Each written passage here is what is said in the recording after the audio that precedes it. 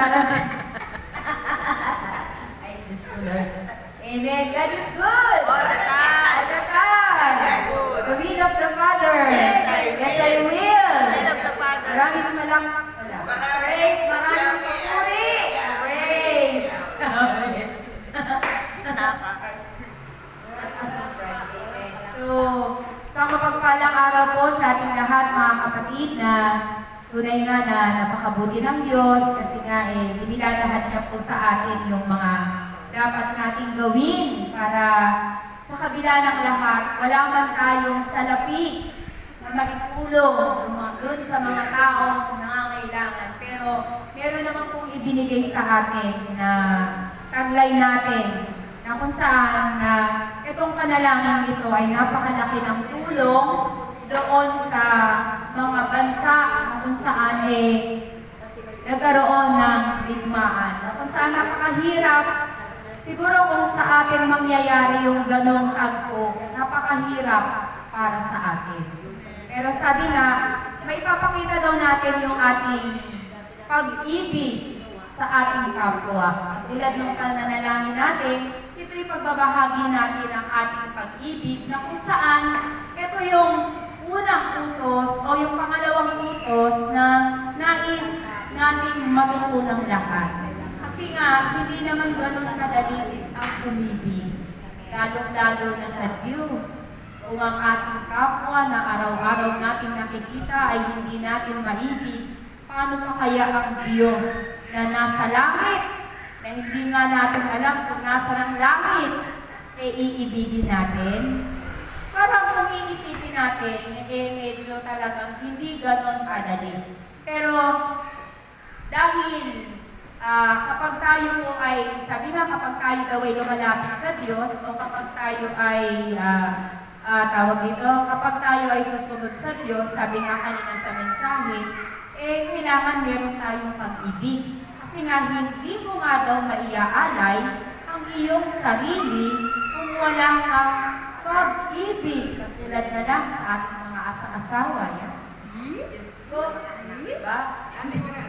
Diba? Sa kayo, wala na kayo asawa. Diba? Hindi naman talaga natin magagawa yung kanilang pinagagawa sa araw-araw. Gawin mo to. Trabahuin mo yan. Ipaglaba mo. Ipagluto mo. Hindi mo naman talaga magagawa yan kapag wala kang pag-ibig. Baka yagis mo. Baka yagis mo ba? Bahala ka dyan. Sabay mo. Pero dahil ikaw ay may pag-ibig, mapagtitiisan mo yung ganong bagay sa kabila ng tayo ay nahihirapan. Alam mo minsan, pagka nag-i-scroll, di ba? Siyempre siguro lahat naman tayo nag-Facebook. Lahat tayo nanonood sa TikTok.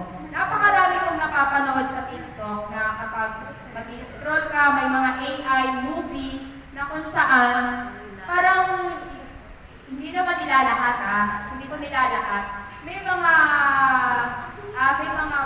lalaki na kung saan hindi na-appreciate yung ginagawang paghihirap ng mga nanay sa tahanan.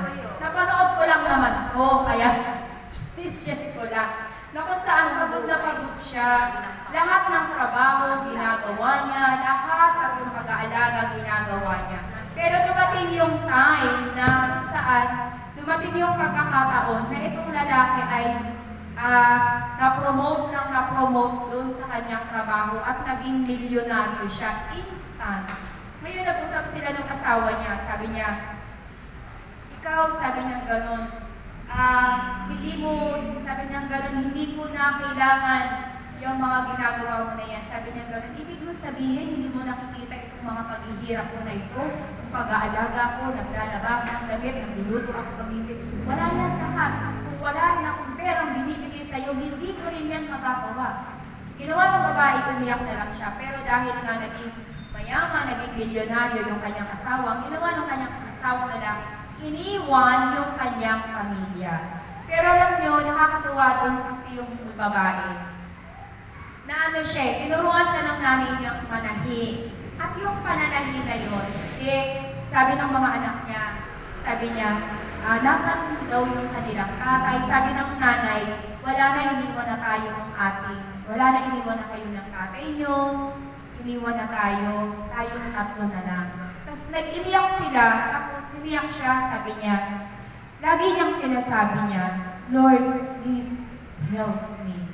Lord, please guide me. Ganun ang bukang bibig na namumutawi sa kanyang mga lagi. Ever since na ginawa niya yung mga tinaguyod niya yung dalawa niyang anak, hanggang isang araw, dahil syempre kailangan nilang mabuhay, naghanap siya ng trabaho. Hanggang natanggap siya sa isang patahian. Yon. Sa isang patahian, nagtrabaho siya doon at natanggap siya. At dahil tinanong siya, sabi niya, marunong ka bang manahe? Sabi niya, opo. Sabi niya, kanino mo naman natutunan yung pananahe? Sabi niya, natutunan ko po ito sa aking nanay. Eh di yun, pinasok siya. Marami siyang idea, magagandang damit, bagong disenyo, nagustuhan yun ng may-ari. Nung nagustuhan yun ng may-ari, ang ginawa sa kanya, pinagawa pa siya ng mga bagong design, natulong niya yung mga anak niya na nagde-design. So hanggang sa lumago siya, hanggang sa nagkaroon siya ng mga offer doon sa malalaking mga company, na kung saan yung asawa naman niya na nagpapakasarap doon sa buhay na tinamasa niya nung tumanggap siya ng ganong kayamanan, naloko din siya ng isang babae. Diba? Kailangan, diba? Yan. Babae din lumoko sa kanya. Akala niya, yung babaeng nakatagpo niya, itutulungan siya, magkakaroon sila ng, tawag dito, yung parang mag-join sila ng company, pero hindi pala.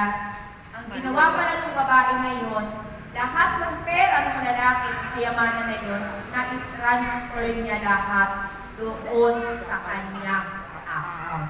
Ang nangyari, pag-isip ng lalaki, wala na siya. Hanggang sa naghirap siya, hanggang naisip niya yung kanyang asawa, sana hindi niya na-iniwan. Eh yung asawa niya, sikat na, mayaman na. Diba? Nasa huli talaga yung pagsisisi. Pumunta siya doon, sabi ng asawa niya, hindi na kita kailangan. Umiiyak din yung asawa niya, hindi na kita kailangan. Sabi niya gano'n, pero mahirap na yung lalaki. Pero yun na nga, minsan kasi talagang tayo kasi nadadaya. Amen ba? Ang salita nga kasi ng Diyos ay nalalagay sa ating puso. At kahit ang pag-ibig, itinatanim yan sa puso. Hindi lang yan itinatanim sa isip, itinatanim sa puso ang pag-ibig. Although, kaya masabi nila, mas mataas ang isip kesa sa puso. Kasi nga, pag tayo nagmamahal, gagamitin din natin ang ating utak, ang ating talino. Gagamitin natin yan, hindi puro puso. Kaya nga, doon sa unang utos ni Amang Yahweh, ibigin mo ang Diyos ng buong isip. Kaya nga, kung tayo ay may isip, gagamitin natin ang ating talino. Kaya nga binigyan tayo ng isip para tayo ay makapag-isip ng mabuti. Kaya nga, aliwas yung nangyari doon sa lalaki, hindi niya ginamit ang kanyang isip. Ang ginamit niya yung kanyang sariling, tawag dito, yung parang naging selfish. Ginamit niya yung pagiging makasarili niya na hindi niya alam na pagdating pala ng panahon na mangyayari ulit yun sa kanya, nababalik siya doon sa dati niyang buhay, yun din naman palang pamilya niya ang kanyang uuwian. Kaya nga ganun din yung ganun din tayo minsan. Kapag tayo nabibigo sa buhay, kapag tayo ay nandoon sa estado ng ating buhay na nandoon tayo sa kasaganaan, minsan naiisang tabi natin ang Diyos. Kasi bakit? Malakas. Nandoon yung may pera, diba? May pera, malakas, may kaibigan, diba? Ganyan minsan naiisang tabi natin ang pag-ibig ng Diyos na dapat na makita natin. Kasi nga, ang pag-ibig daw ng tao ay hindi forever. Yan. Pero ang pag-ibig ng Diyos, forever yan. Diba? Walang hanggang pag-ibig. Kaya nga sabi sa kanta, walang hanggang pasasalamat na yun. Di ba pala? Walang hanggang pag-ibig ng Diyos. Pero ang tao, may hangganan. Kaya nga sa tao, walang forever. Pero sa Diyos, merong forever. Kaya nga kung tayo daw ay iibig, sabi ng ating Panginoon, gagamitan natin ng buong isip. At gagamitan din natin ito ng buong lakas. Kasi nga, kapag mahal natin ang Diyos, kaya natin gawin kahit malayo yan. Pag alam mo na iniibig mo ang Diyos, sabi nga kung gagawa ka ng paraan para ikaw ay makarating sa tipanan ni Amang Yahweh. Kasi iniibig ka Sabi nga, kapag daw umiibig tayo, harangan mo ng sibat. Diba? Harangan mo niya ng sibat. Diba? Kaya nga, maraming maraming tawag dito maraming kasi nga kapag tayong mga tao na iinlaw, diyan tayo minsan na natawag doon, parang naloloko ba? Naririn lang. Yan, naririn lang. Harangan mo ng sibang dadating ako. Kahit anong pigil mo. Ayan na, pero pagka dumating na yung mga panahon na minsan, sabi nga kasi sa pagsasama ng isang mag-asawa, dumarating yung parang nagsasawa na, dumarating yung parang wala ng init, wala ng spark, diba? Dumarating yan. Oo, parang wala lang. Magkita na lang kayo sa loob ng bahay. Kain kayo. Parang siguro naman lahat nakakaranas ng gano'n. Parang wala lang, diba? Pero sa Diyos, hindi nagbabago yung pag-ibig ng Diyos. Kasi bakit hindi nagbabago? Kasi kung nagbago yung pag-ibig ng Diyos sa atin, hindi niya na isusubo yung kanyang bugtong na anak para mamatay sa krus. Kung nagbago hindi nga nagbabago ang pag-ibig ng Diyos.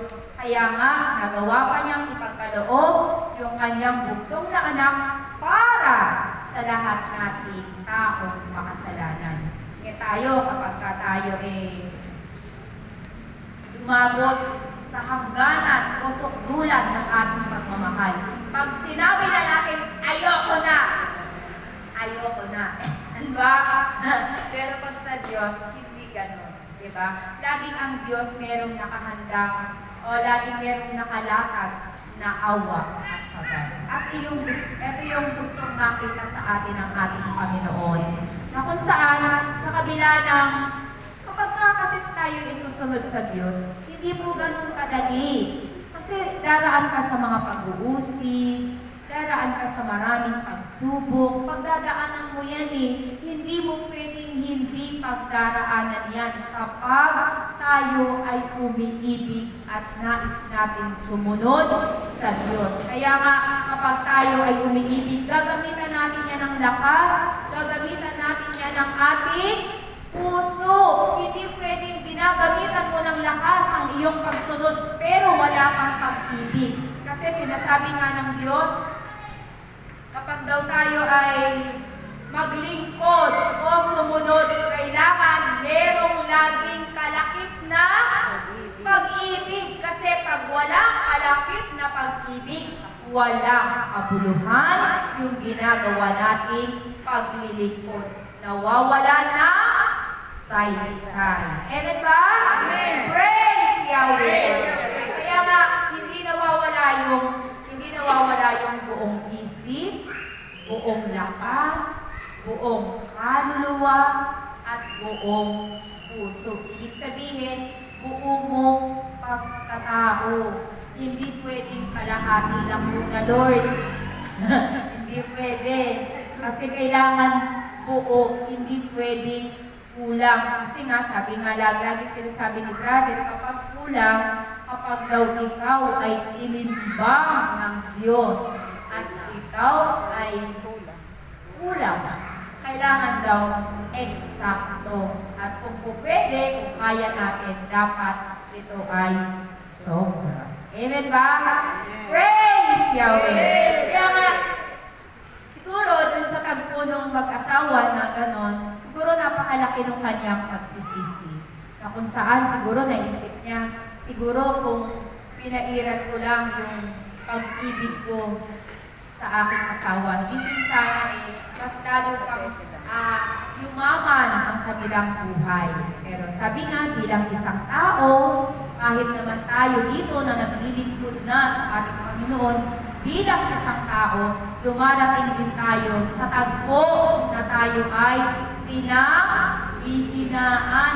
Hindi naman lagi lahat malakas tayo Hindi naman lagi mainit ang paglilingkod natin. Kasi pinahihintulot din minsan ng Diyos na tayo ay maging mainit, minsan maging malamig para tayo ay makapaglilay. Minsan kasi pagka lagi tayong naano dun sa highlights, parang minsan minsan natatanong ko rin yung sarili ko Minsan sabi ko, Lord, tama ka ba? Kasi minsan pag naano dun sa highlights ng ano mo, na para bang ano ko yan, sabi ko, Lord, pag hindi na tama, sabi ko, pag alam ko, pag ganun minsan, Lord, pag mangyari, pag hindi na po tama yung aking pagsunod, medyo ikakat mo ako. Kasi bilang isang tao, minsan hindi naman natin nakikita yung sarili natin. Sino yung nakakakita sa atin? Yung mga taong nakapaligid sa atin. Tayo minsan di natin naapapansin, ay ganito na pala ang ano ko, ganito na pala lagi ang reaction ko. Hindi na natin alam. Pero sabi nga, dahil tayo, sabi nga ito yung pangalawang utos, dahil tayo ay iniibig ng ating kapwa, kaya minsan sa pamamagitan din nila nakikita mo yung iyong sarili. Kaya nga, napakahalaga na yung inuutos ng ating Panginoon, ito yung pinakamahalagang utos ng ating Panginoon. Ibigin natin ng Diyos at ibigin din natin ang ating kapwa katulad ng ating pag-ibig sa ating sarili. Paano ba natin iniibig yung ating mga sarili? Siyempre, ang gusto natin kung ano yung makakabuti sa atin. Ganun din ang ibibigay natin sa ating mga kapatid. Kung naubusan na nga tayo ng mabuting ginagawa sa ating sarili, paano tayo makakapagbigay sa ating kapwa? Wala rin tayong maibibigay. Pero yun na nga, sabi, ito rin yung unang bunga ng Espiritu Santo. Pag-ibig, napakahalaga nito. Kaya nga sabi nga ng ating Panginoon, na sabi nga makapagsalita man ako sa iba't ibang wika, kung wala naman akong pag-ibig, para lang akong isang batingaw na umaalingaw-ngaw. Kaya wala rin saysay. Kaya yung mga salita na nasa ating mga dila, ito yung kapangyarihan na ibinigay ng Diyos. Kung mahal natin ang Diyos, gamitin natin sa pagpupuri sa Diyos. Kung mahal natin ang ating kapwa, kung mahal natin ang ating kapwa, gamitin natin ito para na kung saan itong paggamit na ito ay makatulong. Katulad ng ginagawa natin tungkulin, 6, 9, 12, 3, 6, 9, yan. Ito yung pag-ibig natin, na kung saan sa pamamagitan ng ginagawa natin pag-aalay ng ating mga oras na ito, tayo po ay nag-ahayag o nagbabahagi ng pag-ibig natin sa ating kapwa. Hindi man natin kilala, hindi man natin sila nakikita, pero sa pamamagitan ng ating mga panalangin na ipinapatungkol natin sa kanila, ang Diyos na ang bahala. Madali ba yun? Ako nga, bisa nakakalimutan. Ako nga, bisa nakakalimutan ko, oras na pala pa.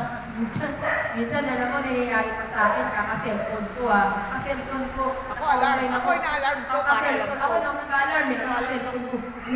Anong oras na? Diba? Kaya minsan, alam mo, yung cellphone ko pa naman nakakatuwa. Pag charge mo siya ngayon, charge mo siya ngayon hapon. Diyos ko, uwi ako ng gabi. Pag uwi ko ng gabi, hindi pa rin siya full charge. Charge ko siya ng umaga. Aalis na ako ng hapon, hindi pa rin siya. Diyos gusto tong cellphone na to, pero napapakinabangan pa. Napapakinabangan pa naman. Kaya nga sinasabi ng ating Panginoon na ito yung mahalagang utos na dapat taglayin natin. Lalong-lalo na tayo nga, lalong-lalo na tayo, kitang-kita tayo. walang mahihilihin dito. Diba? Kitang-kita tayo kung ano yung pagsunod natin, kung paano tayo sumunod, nakikita ng lahat. Parang kasi nga ang Via satellite, no? Via satellite. yung mga tao kasi na nakapaligid, nakatingin yan sa'yo.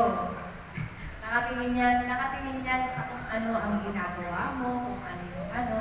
Kaya nga, pero sabi nga, kung tayo ay laging magbabahagi ng ating pag-ibig sa ating kapwa, tsak naman na magtatagumpay tayo. Kasi yun ang ginamit ng ating Panginoon nung tayo ay tinubos niya sa ating mga kasalanan.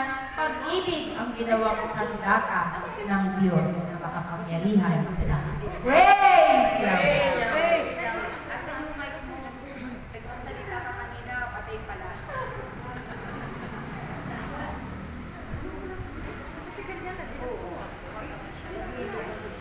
Kaya't kayong lahat ay pagsumikapan ninyo ang mga aral ng Diyos na inyo laging napapakinggan. Hindi ipagwalang bahala, bagkus pahalagahan ninyo at pagsumikapan ganapin o isa pamuhay ayon sa kalooban ng Diyos ang pinakamahalagang utos niya. Dahil sa kabila ng lahat ng ito, kayo'y gagantimpalaan niya ng mga biyaya at pagpapal. Praise Yahweh. Sabi ng pahalagahan.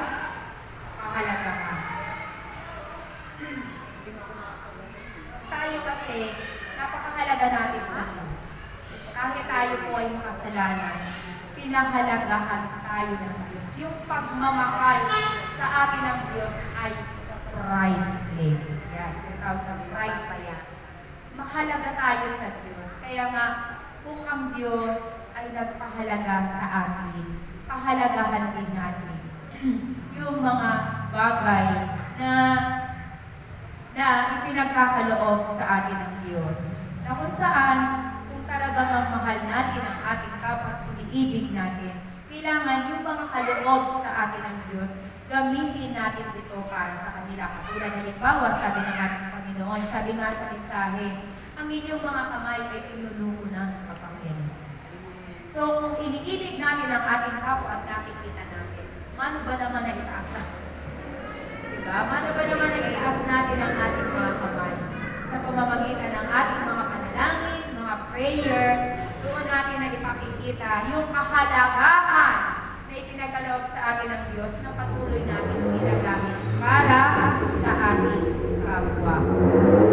Kaya nga, napakahalaga na yung mga tagubili na sinasabi ng ating Panginoon, magkaisa kayo, manalangin kayo, hindi naman na ito sinasabi ng Diyos para sa Kanya. Sinasabi ito sa atin ng Diyos kasi ito ay para sa ikabubuti natin lahat. Kumbaga, binibigyan lang tayo ng Diyos ng tagubilin o binibigyan tayo ng Diyos ng isang, hindi naman siguro babala, binibigyan lang tayo ng Diyos ng paalala na kasi hindi nyo naman alam yung mangyayari. Pero ako, wala niya sinasabi, pero ako si Yahweh ang nakababatid ng lahat. Kaya nga ibinibigay na sa atin ng Diyos kung ano yung gagawin natin.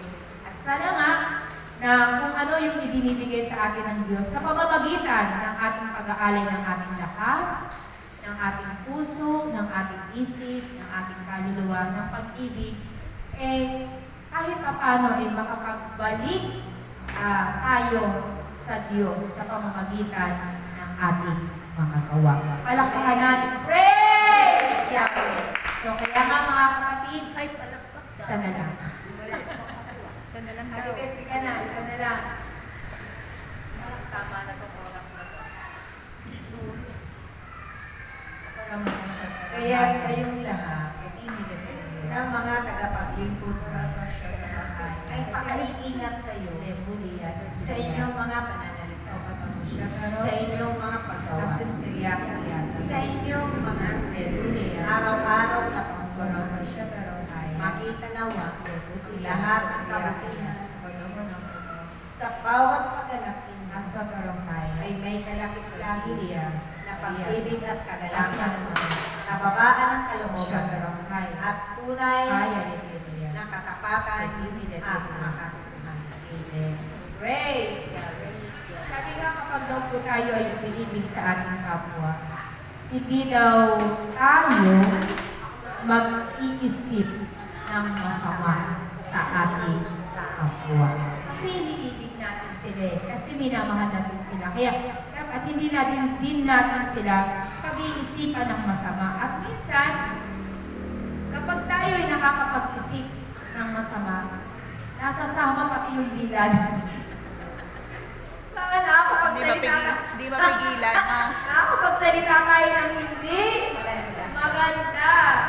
Kaya nga sabi nga kanina sa mensahe, pakaingatan ninyo ang inyong mga dila. Kaso nga minsan, syempre bilang isang tao, merong kahinaan. Pero meron namang ano dyan meron namang, sasabihin mo lang, bura-bura pala, bura-bura. Kontra. Sabihin mo pala, ay Lord, pala, bura-bura pala, bura-bura, hindi pala maganda. Di ba, merong ganong bawi, may bura-bura pala, bura-bura. Kaya nga, tingnan nyo, di ba? Tingnan nyo yung ginagawa sa atin ng Diyos. Talagang lagi siyang merong nakahanda. Ayaw niya nga kasi na tayo ay, nandito na tayo sa buhay na to. Ayaw niya na. Lagi niya sinasabi, huwag niyo nang balikan yung dati ng buhay. Di ba? Huwag niyo nang balikan yun. At paano ba natin mababalikan yun? Kapag tayo ay nagkawalan na ng pag-ibig. Mababalikan natin yung luma nating buhay kapag wala na tayo pag-ibig. Pero habang tayo ay puno ng pag-ibig, siksik, liglig at umaapaw, hindi tayo makakabalik doon sa luma nating buhay.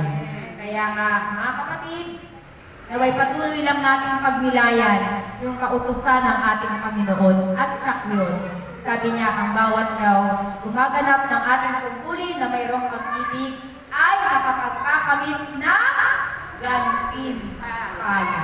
Praise!